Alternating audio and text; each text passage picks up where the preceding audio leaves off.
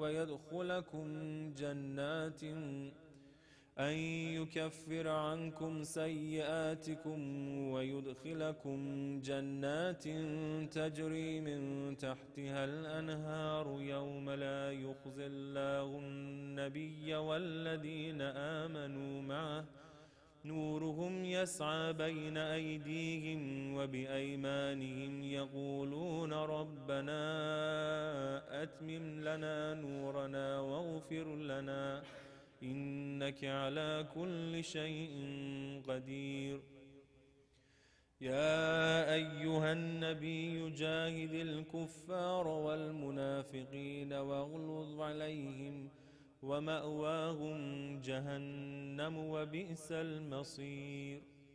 ضرب الله مثلا للذين كفروا امرأة نوح وامرأة لوط كانتا تحت عبدين من عبادنا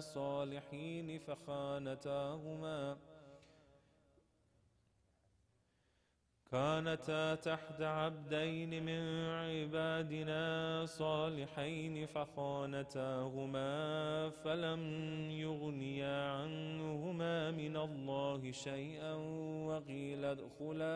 وقيل ادخلا النار مع الداخلين.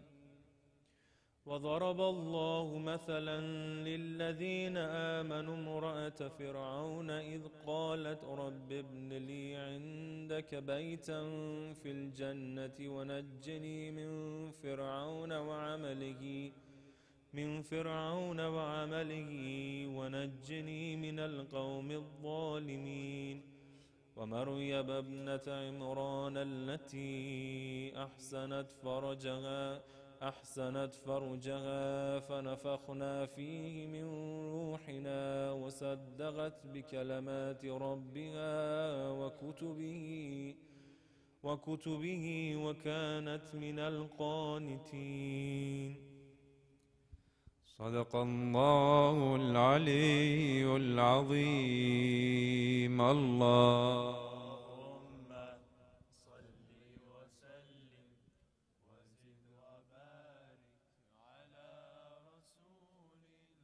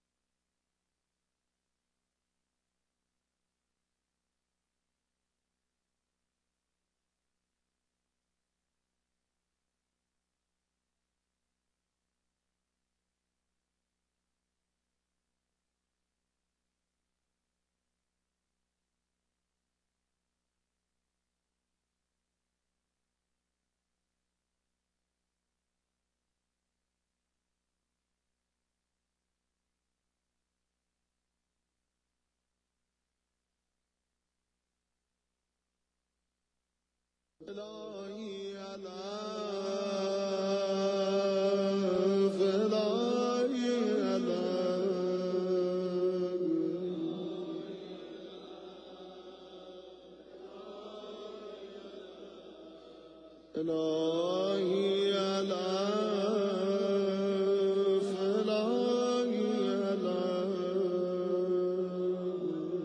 دعاء افتتاح. اللهم إني أفتتح الثناء بحمدك وأنت مسدد للصواب بمنك وأيقنت أنك أنت أرحم الراحمين في موضع العفو والرحمن أشد المعاقبين في موضع النكال والنقمة وأعظم المتجبرين في موضع الكبرياء والعظمة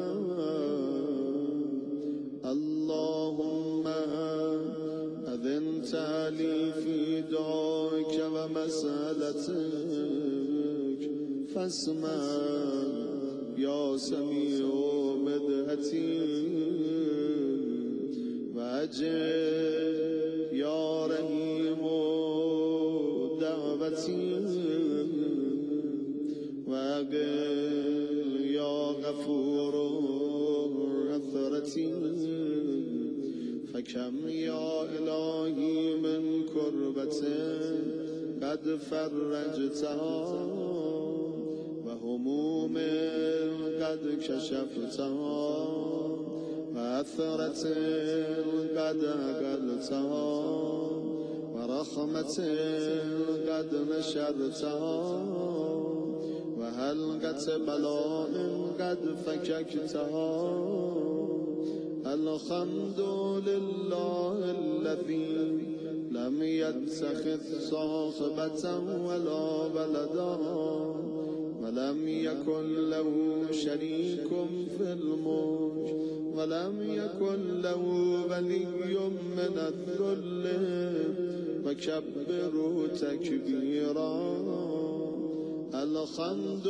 لله بجميع محامده كلها على جميع نعمه كلها الحمد لله الذي لا مضاد له في ملكه ولا منازع له في أمره الحمد لله الذي لا شريك له في خلقه ولا شبيه له في عظمته الحمد لله الفاشي في الخلق أمره وحمده الظاهر بالكرم مجده الباسط بالجود يداه الذي لا تنقص خزائنه ولا تزيد كثرة العطاء إلا جودا وكرما إنه هو العزيز الوهاب اللهم إني أسألك قليلا من كثير ما حاجة بي إليه عظيما وغناك عنه قدير وهو عندي كثير وهو عليك سهل يسير اللهم إن عفوك عن ذنبي وتجاوزك عن عن خطيئتي وصفحك عن ظلمي وسترك على قبيح عملي وهلمك عن كثير جرمي عندما كان من خطئي وعمدي أتمعني في أن أسألك ما لا أستوجب منك الذي رزقتني من رحمتك وأريتني من قدرتك وعرفتني من إجابتك فصرت عدوك آمنا وأسألك مستأنسا لا خائفا ولا وجلا مدلا عليك فيما قصدت فيه لك فإن أبت عني أتبت بجهلي عليك ولعل الذي أبت عني هو خير لي لعلمك بعاقبة الأمور فلما مولى الكريم أصبر على عبد لئيم منك علي يا رب إنك تدعوني فأبلغك وتتبب إلي فأتبغض إليك وتتودد إلي فلا أقبل منك كأن لي أن تتول عليك فلم يمنعك ذلك من الرحمة لي والإحسان إلي والتفضل علي بجودك وكرمك فارحم عبدك الجاهد فارحم عبدك وجد عليه بفضل إحسانك إنك جواد كريم الحمد لله مالك الملك مجري الفلك مسخر الرياح فالق الإصباح ديان الدين رب العالمين الحمد لله على علمه بعد علمه والحمد لله على عفوه بعد قدرته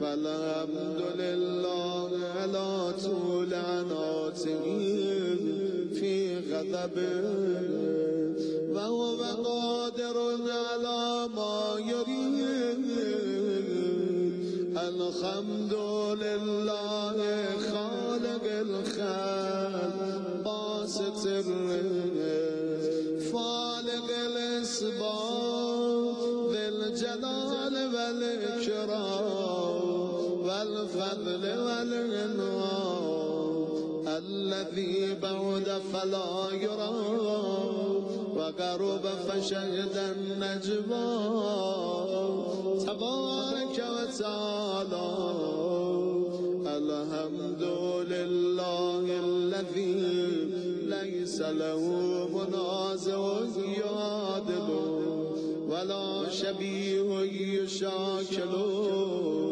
ولا ظهير يعازد قهر بعزته العزة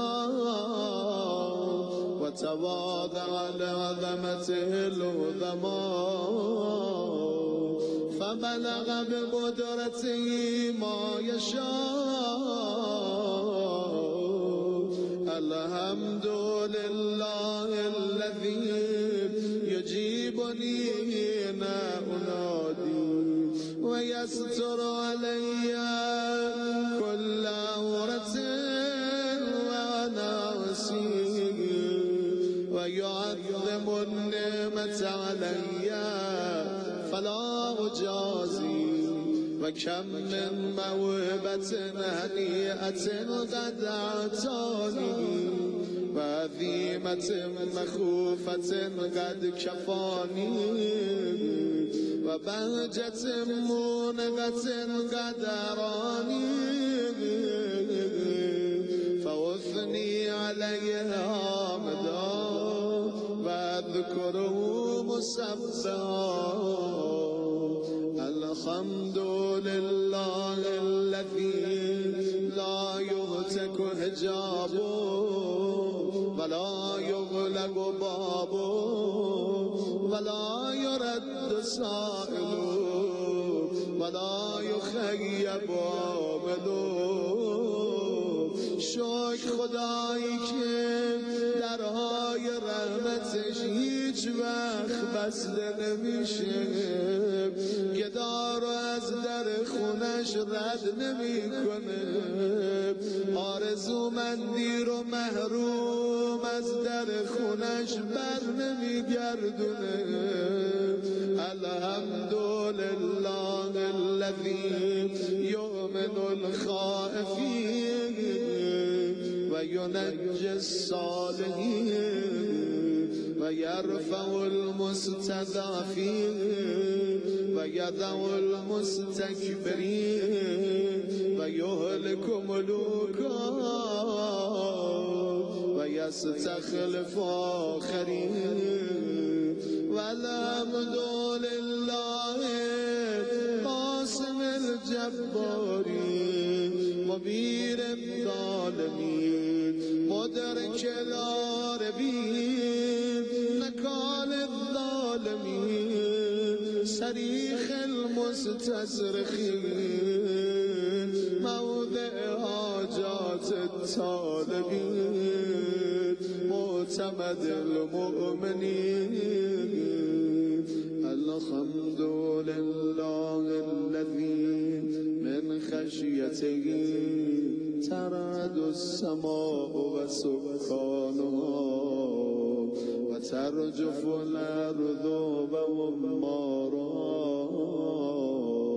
وتموج البحار ومن يسبح في غمراتها. الحمد لله الذي هدانا لهذا وما كنا لنهتدي لولا أن هدانا الله.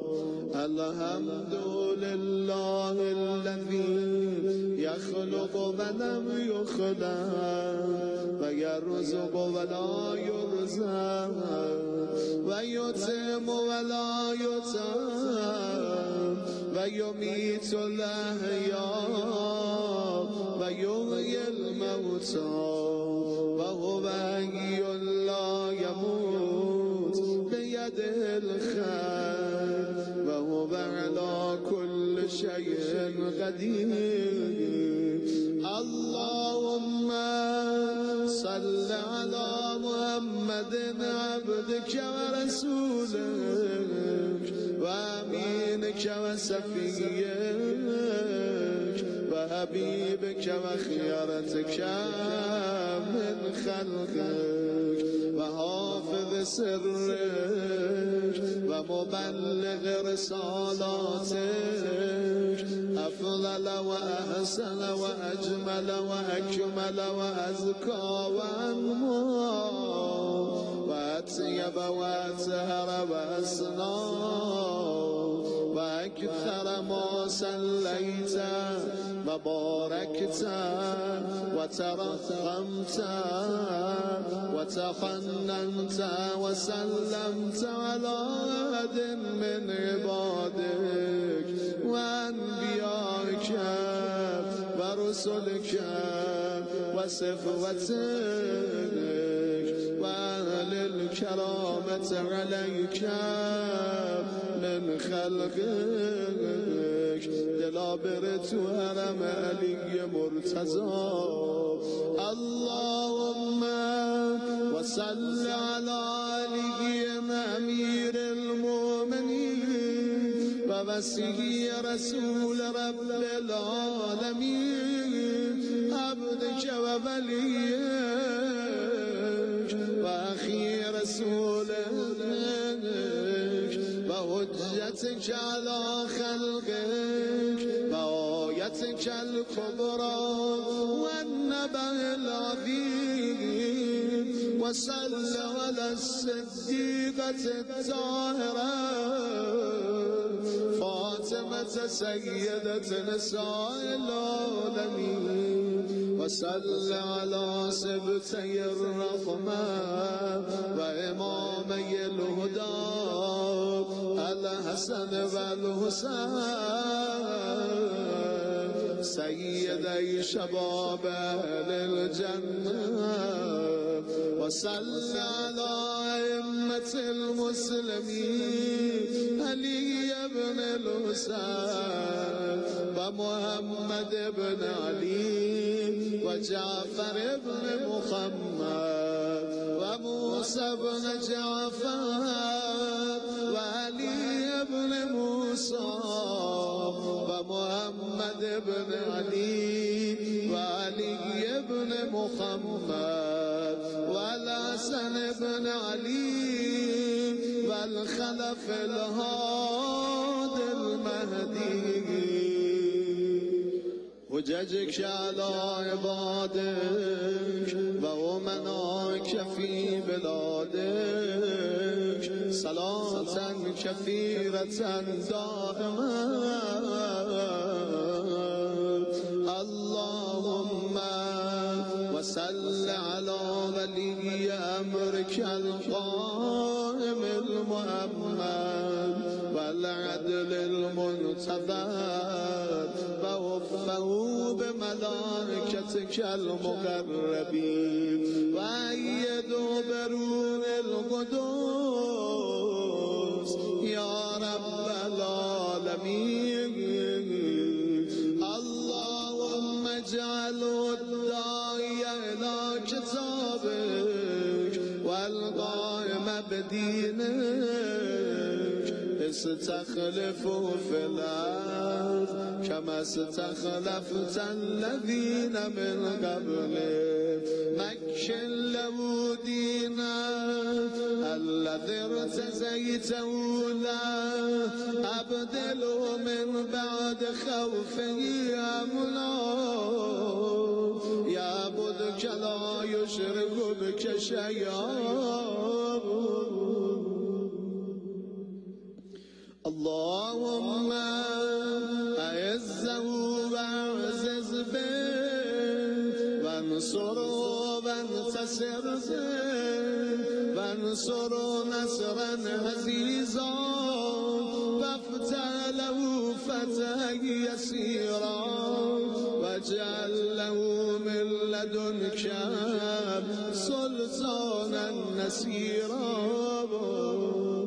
اللهم أظهر به دينك وسنة نبيك حتى لا يستخفي بشيء من الأمر مخافة أحد من الخلق اللهم إنا نرغب إليك في دولة كريمة تعز بها الإسلام بأهله وتذل بها النفاق بأهله وتجعلنا فيها من الدعاة إلى طاعتك والقادة إلى سبيلك وترزقنا بها كرامة الدنيا والآخرة اللهم ما عرفتنا من الحق فحملنا وما قصرنا عنه فبلغنا اللهم المن به شعثنا واشعب به صدرنا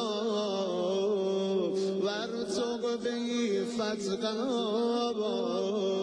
وكثر به قلتنا وأعزز به ذلتنا وأغن به عائلنا واغن به عن مغرمنا واجبر به فقرنا وسد به خلتنا ويسر به يسرنا وبيض به وجوهنا وفك به أسرنا وأنجز به طلبتنا وأنجز به مواعيدنا واستجب به دعوتنا واعتنا به سؤلنا وبلغ وبلغنا به من الدنيا والآخرة آمالنا وأتنا به فوق رغبتنا يا خير المسؤولين وأوسع المطيع اشف به صدورنا واذهب به غيظ قلوبنا واهدنا به لما اختلف فيه من الحق بإذنك إنك تهدي من تشاء إلى صراط مستقيم وانصرنا به على عدوك وعدونا إله الحق آمين. اللهم إنا نشكو إليك فقد نبينا صلواتك عليه وآله وغيبة ولينا وكثرة عدونا وقلة عددنا وشدة الفتن بنا وتظاهر الضمان علينا وصل على محمد وآله وإنا على ذلك بفتح منك تعجل وبذر تكشف ونصر تعز وسلطان حق تظهر ورحمة منك تجللنا وعافية منك تلبسنا برحمتك يا أرحم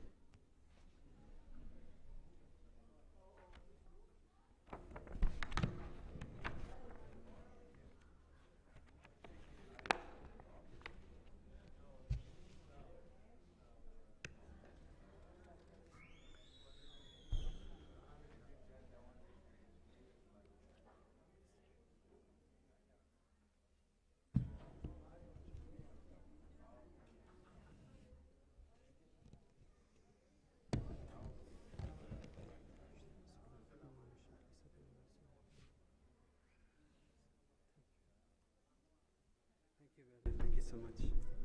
Just didn't want the sounds. Thank you very much.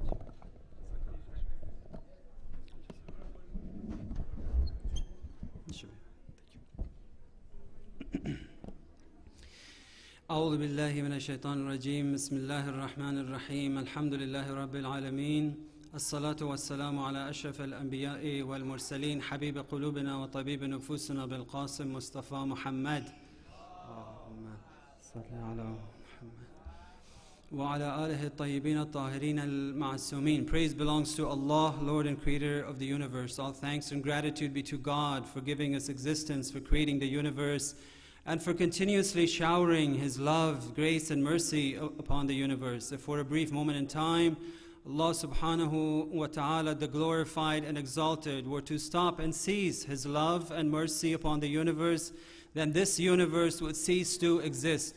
We therefore declare, Ashhadu an la ilaha illallah, wahdahu la sharika la, lahul mulku wa lahul hamd, yuhyi wa yumit, biyadihi al-khayru wa huwa ala kulli shay'in qadir. We bear witness that there is no God. We bear witness that there is no God except Allah, the one without any partner. To Him belong the kingdom, and to Him is due all praise. He gives life, and He gives death, and He is the source of all good. My dear respected elders, and especially my younger brothers and sisters, I greet you with the greetings of peace in the beautiful and powerful religion of Islam, the religion of all the prophets. Assalamu alaikum wa rahmatullahi wa barakatuh. Tonight, my respected brothers and sisters, I have chosen a topic that is relevant to our daily lives, one that we personally struggle with. And this is the problem that we have created for ourselves with our modern day life in 21st century USA. We deal with a lot of stress. One aspect of this is what we call worry. So first of all, what I wanted to do is split the talk into 5 different phases. One is to answer the question, what is worry? What's the definition of worry? Why do we worry? If we see our youth, they're worried. We see our teenagers, they're worried. Those are their 20s, 30s, 40s. They're married, they're worried. Parents are worried. Moms are worried. Dads are worried. Everybody's worried, regardless of what religion even we're in, or what ethnicity or race or culture. Wherever we are, we worry. So what is worry? Number 2, what is the cause of worry? What makes worry happen? Why do we worry? Number 3, what is the antidote, the cure, the remedy, the solution, the answer to worry? Number 4, what is the importance of the cure? Why is it so important to have a cure for worry? And number 5, what are the levels of this cure? Okay. Let us all say one loud salawat, inshallah.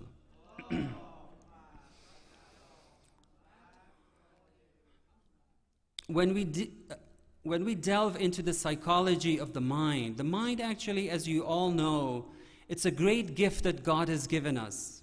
The brain, which God has given us, is the most complex piece of matter in the entire universe. With the brain, we have done so much as humankind. But the brain is associated with something called the mind, the ability to think and also to perceive emotions. These are 2 different things. The thought process, our psychologists will tell us, and I'm sure there are many respectable ones here amongst us, and I'm no psychologist, but I can tell that there are 2 things in the sphere. One is the sphere of thought, that we are constantly thinking. On average, a human being, a person, on average, thinks between 50 to 80,000 thoughts a day. Thoughts come and go, come and go, come and go, constantly. So one is thoughts, and on the other is emotions. We deal with emotions. They influence each other. Now, we want to see what is worry. And when you look at worry, you are basically dealing with thoughts. Thoughts about what's going to happen when? In the future. Tomorrow, inshallah, we will talk about the past. But tonight, I want to talk about the future. So when thoughts about the future come to us, like for instance, if we're a mom, so our respectable moms here, they think about, okay, what's going to happen to their child, in 5 years, in 10 years, in 20 years, in the afterlife. And parents too, they might be concerned about what's going to happen to their families, right? To their wife, to their kids, to their parents. Teenagers, they might be worried about what's going to happen to me when I'm in my 20s. Will I go to the college that I want? Will I pursue the career? Will I know what I want to pursue for my career? So there is this constant thought of the future. What's going to happen in the future? But what is worry? Worry is actually when you are anxious, you have anxiety, you have uncertainty about the future. That is what causes worry. And we constantly worry as parents. We worry about all sorts of things, not only about our children and families. We worry about wealth. We worry whether we will have enough money in 10 years, in 50, in 20 years, 30 years, 40 years, enough money to retire, enough money for my family to have something after I'm gone. So we worry. We worry about all sorts of things, right? If we give ourselves some time and think about the things that we worry about, we will come with a long list. But let's do that, inshallah. Let's do that as a homework, if I may respectively give each other homework to do. But this worry causes us enormous stress. And stress is the modern day disease that we face in 21st century. Stress, stress, stress. We're all stressed because we worry. We worry about the future. And this stress has detrimental effects on our psychology, on our day-to-day moods, on our emotional health, on our mental health, and especially even on our physical health. Stress is known by medical science, and there are many respectable doctors here, both on the sister side and the brother side, that can tell us that stress is one of the leading causes of disease in America and in the world. So now, what is the cure for worry? What is the answer? What is the solution? Now, if we go and try to go to a bookstore and try to pick and find what different people say, whether it's psychologists, whether it's people of other religions, whether it's atheists, they will come up with a whole host of things, from meditation to all kinds of stuff that people are trying to rid themselves of worry and stress in their lives. But if we go to the last revelation, and this is the job of our youth, my younger brothers and sisters sitting here, and inshallah, this is something that we need to bring upon ourselves, that we have to tell the people of the world, the people outside of here, the people outside our families, that this book, this revelation contains the cure. The cure and the answer for worry, which is causing us incredible amounts of stress in modern day life and pain. This book tells us that the answer to stress is one thing, and that is tawakkul. This is the concept that is simple yet profound. Tawakkul, what does it mean? The word actually comes from the word wikala, which basically means an advocate or counsel or lawyer. Okay? So we always say, like our parents respectively always say to us, and they always say in their day-to-day conversations, tawakkal ba khuda kun, right? Make tawakkul to Allah. And so we use the word quite a bit, but let's delve together into a little deeper into its meaning. Wikala means when you have a lawyer, when you have somebody that you can depend upon. So there is this concept of dependency that comes when we talk about tawakkul. So we start becoming dependent. So let's say that you are involved in a court case. Now, what are we going to do? We are going to go and find the best lawyer, right? That we can afford. And that lawyer is someone that we are going to depend upon in order to represent our best interest. We no longer have to worry. We have the funds, and we are going to hire this great lawyer to advance our case and to win our case and to make the outcome the best way possible. So we are depending on someone else. Now this dependence for us in our daily lives, now we're not involved mostly in cases, but we start depending on other things around us. So in the concept of tawakkul is this concept of dependence. What do we depend upon? Oftentimes people depend upon, if we're young, we depend upon our parents, upon moms and dads, right? But as we grow and become independent, when we're 18, 20, 21, and we're on our own, then we start depending more and more on ourselves. We become independent, and we start depending on our own abilities to do things, to study, to get a good degree, to get a good career, and we start distancing ourselves from our families and parents because we are now dependent. We can do things ourselves, and we start depending on wealth. Money is something that a lot of us, to a certain degree or greater degree, depending. If you're the president of the United States, you will depend on it for a lot. But if you're a common man like us, then maybe not so much. But there is a dependence on wealth for a lot of people. Other than that, all kinds of things, relationships, people, things of the world, sometimes fame, power, people become very dependent. So they, in essence, are making tawakkul to things of the world, or even themselves or other people. But what is the pain that we are afraid of? This tawakkul that we're talking about, let me slightly also mention this, and I don't want to miss this point, that the worry that we are experiencing has as its foundation fear. Worry comes from fear, and this is related to the tawakkul that we're talking about. Worry comes at its foundation from fear. Fear of what? What are we afraid of? Mostly two things. We are afraid of loss. Loss of what? Loss of two things. Loss of love. What do I mean by that? See, we are all creatures of love. We have come through existence from the love of Allah. He loved, so He created the universe, the world, human beings. We need love. We all need love. And amongst the ingredients of love is respect.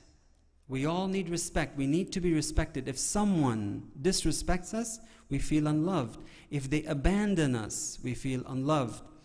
If they reject us, we feel unloved. If we are humiliated, we feel unloved. All kinds of things that are related to love. So love is essential. We are afraid of the loss of love. That is the fear that we have, that is at the core of worry. And the other thing is freedom. We are afraid that we will lose our independence and autonomy.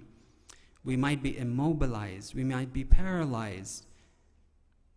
That is also related to love, but that's the second side reason for fear, having fear. And this fear is at the crux of worry. But look at this. We have already said that tawakkul is the answer. But who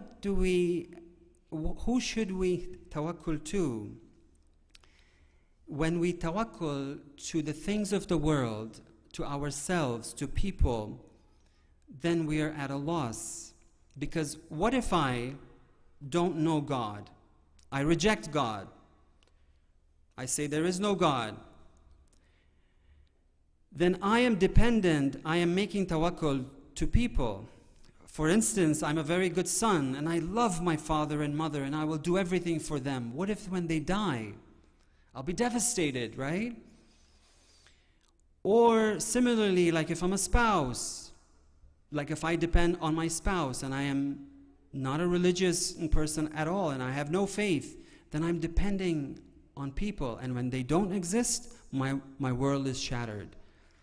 Or money, and I've heard of stories, and I'm sure that you have had, that there was a guy who lived in Europe and brought a lot of money back to his country, his home country, after he retired. But he depended so much on that money that when he brought it back to his country, someone stole it, and he became paralyzed because his whole focus, his dependency, everything was money. But who should we do tawakkul to and why? And for lack of time, let me just go and take us to the door of the greatest messenger. He is that messenger that came after 124,000 prophets came before him, and he completed the formula for success for our lives, for the lives in 21st century, for our youth here. And the Prophet says this. Someone asked him, Ya Rasulullah, what is tawakkul? What is it? And look how he answers it. He says that the truth, the essence, the crux of tawakkul is knowledge and awareness that creation cannot bring benefit or harm, nor provide anything, nor withhold anything, and being hopeless from creation. Look at this. Creation is what? Is other people. It's our own manufactured goods, whatever it is, from money to our homes and cars and everything that we can think of. And the Prophet is saying, it is the knowledge, not just the knowledge, not just the knowing, but he goes further and says the awareness, the ma'rifah. Knowing, realizing, when we truly realize that creation cannot bring benefit or harm. Look at this. This is profound coming from the greatest messenger. He's Rasulullah talking to us, telling us, this is tawakkul. And we cannot gain it just by knowing about it or reading about it, but rather from practice, from bringing it to the forefront of our mind. And there is so much to say. And then he says, nor provide anything, nor withhold anything from you, and being hopeless from creation, placing no hope in creation, whether it's wealth or whether it's people or things of the world or fame or power or anything. We cannot place our hope in the lawyer. We hire the lawyer, but we place our hope in the creator of the lawyer. We place our hope, the Prophet is saying, in the creator of the universe.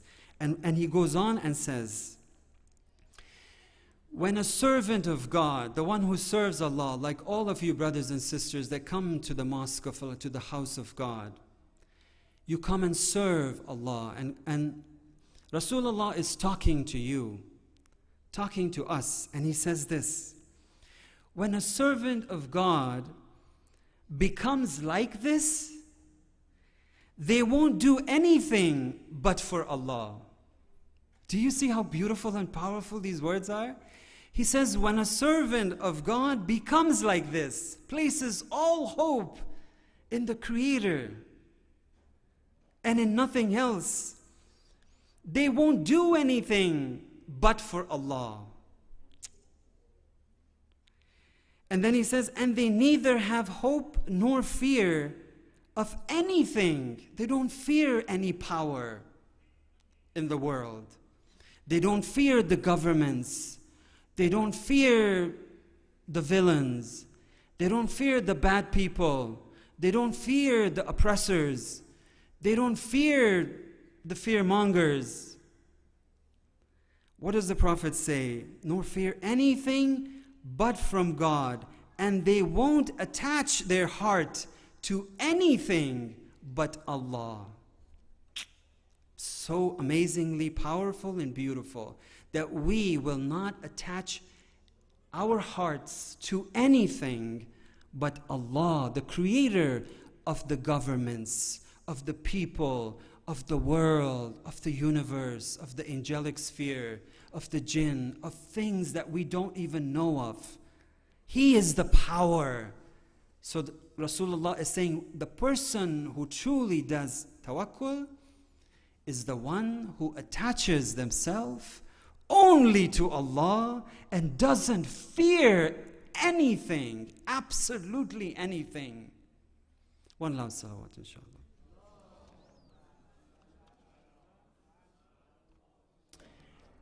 And because of lack of time, I'm going to skip a few things, inshallah, and I'm going to just share with you rather, pardon me, how can we increase in tawakkul on a daily basis? Number one, we have to bring to the forefront of our consciousness this mind of ours that we said is worried. It's thinking about the future. What's going to happen to my kids? What's going to happen to me? What's going to happen? What's going to happen? What's going to happen? First of all, and these words come from the teachings of our 14 Ma'sumin. So I'll go quickly through them. Realize, they say, the importance of God in your daily life. In your daily life. My younger brothers and sisters, if you're sitting here, if you are listening to these words, these are not my words. They are telling us, these are the words that have come over 1,000 years. They've traveled in time to be with you so that you will hear it. And they tell us this, that realize the importance of God in your daily life. When you eat the food tonight, realize that food, the creator of that food, is not the people who are serving it. We are merely the messengers, but rather the God who has created the food. First place God beside the things you value, and then raise God higher. So say, yeah, I'm going to go to the doctor to cure myself, but wait a second, the doctor God, right, so I'm going to God who has created and brought the doctor to me.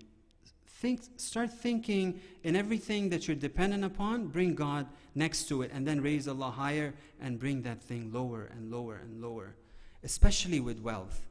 Number two, make the intention and decision that you will depend for all your needs to Allah. Ask Him. Number three, the Imams tell us, go to Allah every day. After prayers, sit with Allah and ask Allah like a crying baby. Like a crying baby, ask Him for the things you want. This is so beautiful. Number four, submit yourself all together to Allah, your will. This is the whole thing about Islam. Islam is submission of our will to the will of God. And lastly, submit everything you have to God, all your thoughts, all your future happenings, the events of your future. Do the tawakkul to Allah. Say that, God, I depend on you. I will do my best. They don't say that we have to be lazy. No, younger brothers and sisters, absolutely not. Our Prophet was the most hardworking person. He worked so hard, he slept so little, and so did all the 14 Ma'sumin. We have to work hard, but then we don't worry. We leave it to Allah. One loud salawat, and I'll end it with a story, inshallah.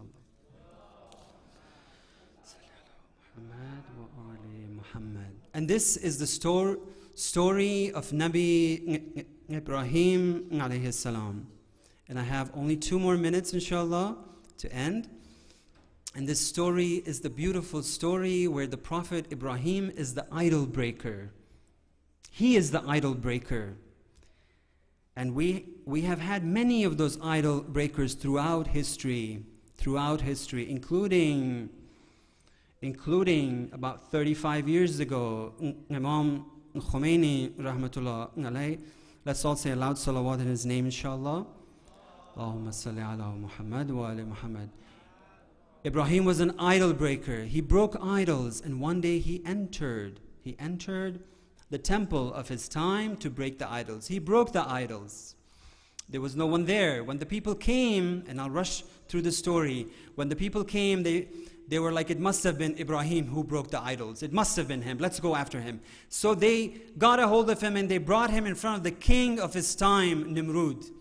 And when they brought him in front of him, they had a council and they decided that they would do capital punishment on him. They would punish him They would punish him by throwing him into the fire. Nimrud and his men, they ordered that people go and bring all the wood that you can gather, and we want to make a huge fire here in front of my castle, and we want to gather all the people, so it would be a lesson to them that we will burn Ibrahim alive, and when we burn him, they will learn that they should never do something that I command against. And so he wanted to bring fear into the hearts of people.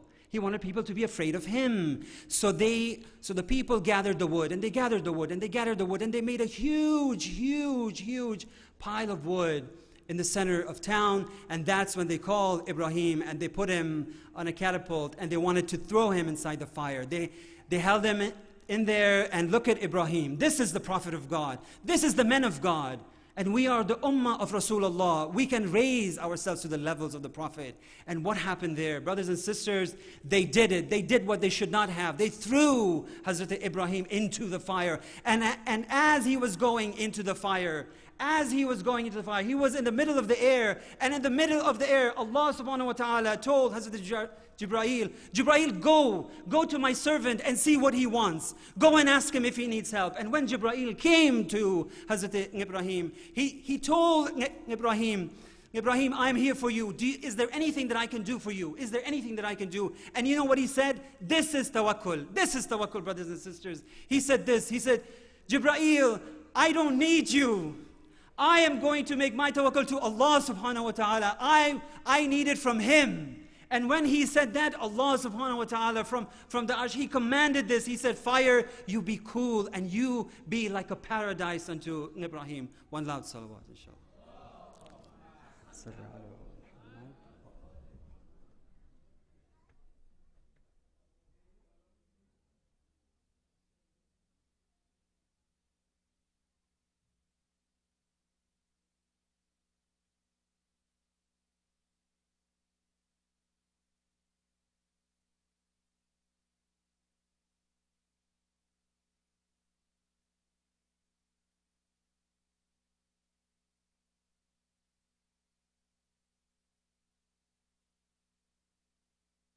سلام علیکم و رحمت الله. بسم الله الرحمن الرحیم. من دو سه تا نکته رو اشاره کنم. خیلی ها سوال میکنن که آیا یک شنبه عید یا نه. ماه توی تقریبا اقیانوس آرام، در اونجا امشب متولد میشه و تا فردا عصر در آمریکای جنوبی بسیاری از کشورها میتونن ماه رو ببینن. در ایالات متحده احتمال خیلی زیاد توی جنوب مثل ایالت‌های جنوبی قابل رؤیت میتونه باشه. توی ایالت‌هایی که ما هستیم با چشم معمولی قابل رؤیت نیست و با چشم مسلح ممکنه. یعنی فردا، یعنی ما بخوایم بگیم یک شنبه عیده 50-50 است. توی اروپا که اصلا قابل رؤیت نیست، توی آسیا قابل رؤیت نیست، به خصوص اصلا عربستان روز شنبه این فردا ماه رو به هیچ وجهی نمیتونن ببینن. یعنی اونایی که نقشه به اصطلاح تولد ماه رو نگاه بکنن در ایران به هیچ وجه قابل رؤیت نیست و اینم توی آمریکا بخش‌های جنوبیش احتمال رؤیت هست.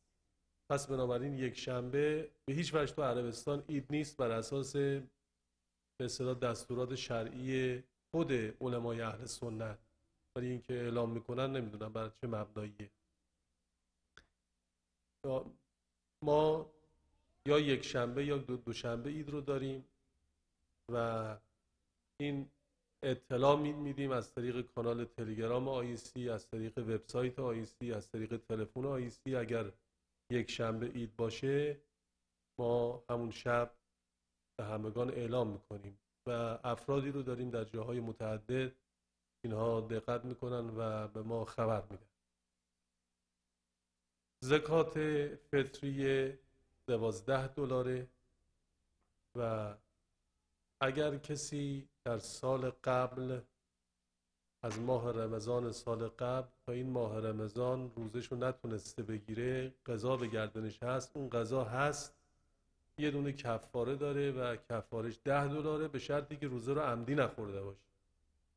اگر روزه رو عمدی خورده باشه $600، اگر نه غیر عمدی خورده باشه $60. ببخشید $10. موضوع دیگه ای که میخوام تو این دقایق بهش اشاره بکنم این است که یکی از برادرای عزیزمون که مسئول پذیرایی شبان بودن، آقای حسین آقای کاظمی که همه میشناسید، آقای دکتر کاظمی، ایشون